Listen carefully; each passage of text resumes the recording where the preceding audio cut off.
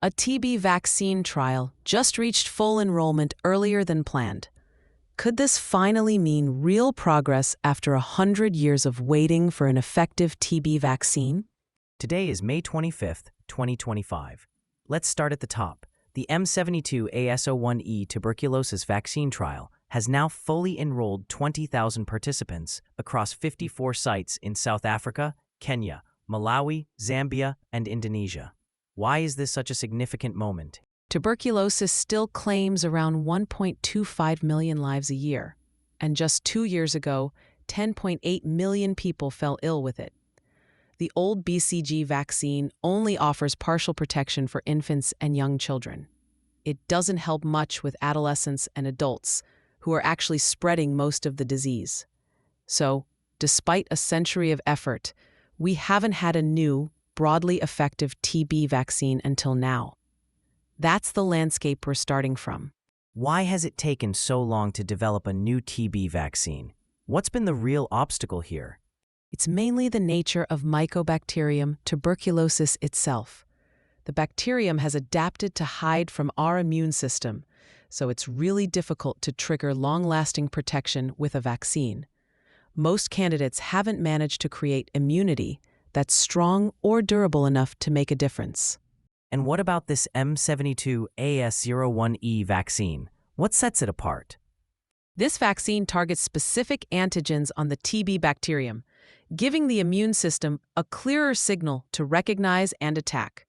In Phase 2 trials, it showed about 50% efficacy in preventing pulmonary TB. That might not sound huge, but given the scale of TB, even that level of protection could have a big impact. 50% is lower than, say, measles vaccines, but with TB's numbers, it's still a big deal. Is the dosing schedule different for this vaccine? It is. This one uses a 2-dose regimen, which is designed to create a stronger, longer-lasting immune response. That's especially important with TB, since the infection can stay dormant for years before showing up. So the protection has to last. Let's talk about how they managed to fill those 20,000 spots so fast. That's not something we usually see in trials. A lot of it came down to community engagement. In places where TB is part of daily life, people know what's at stake.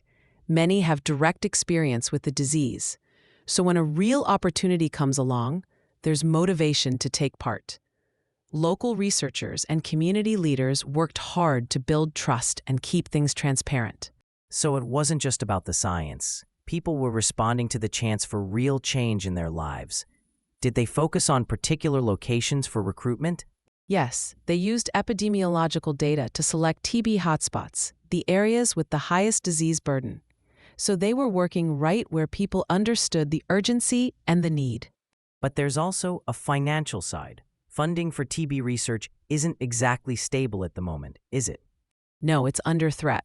U.S. global health funding is being reduced, and support for Gavi, which helps lower-income countries buy vaccines, is also uncertain.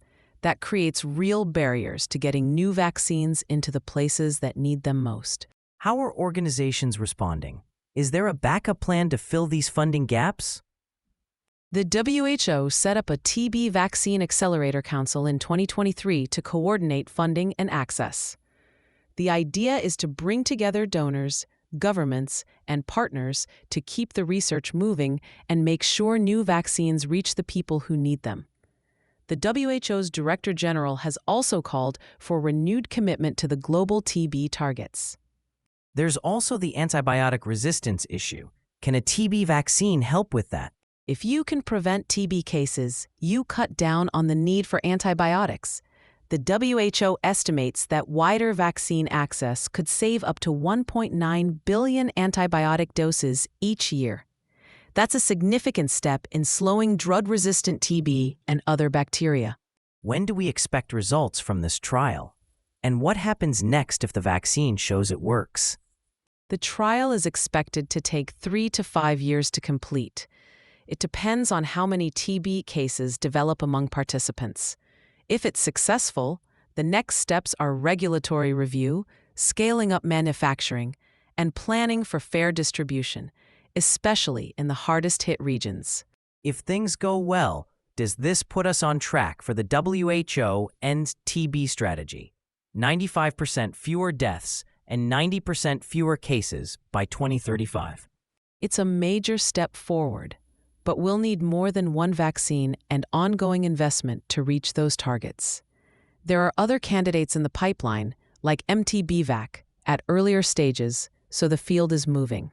World TB Day's theme this year was Yes, we can end TB, commit, invest, deliver.